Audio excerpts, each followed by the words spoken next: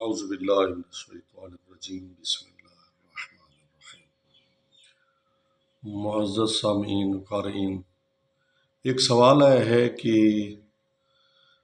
ہم نے استبراء کیا ہے، طہارت کی ہے، اور استبراء کے بعد جو ہے کوئی 2-3 قطرات جو ہے ہمارے گرے ہیں مشکوک انداز میں، تو آیا وہ پاک ہیں یا نجس ہیں؟ تو اس کا جواب یہ ہے میرے عزیزو کہ اگر آپ نے شریعت کے بتائے ہوئے اصولوں کے مطابق استبراء کیا ہے، جس طرح طہارت کا طریقہ اسلام نے بتایا ہے، تو وہ قطرے پاک ہیں، آپ اس کی ٹینشن نہ لیں، آپ پھر وضو کر کے نماز پڑھ سکتے ہیں۔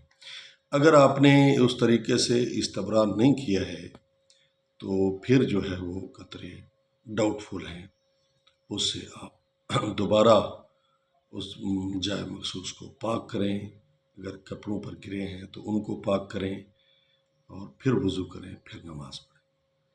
تو جو استبراء کے حوالے سے پہلے ہم ایک ویڈیو اپلوڈ کر چکے ہیں، ٹھیک ہے؟ اللہ آپ کو سلامت رکھے، خدا حافظ۔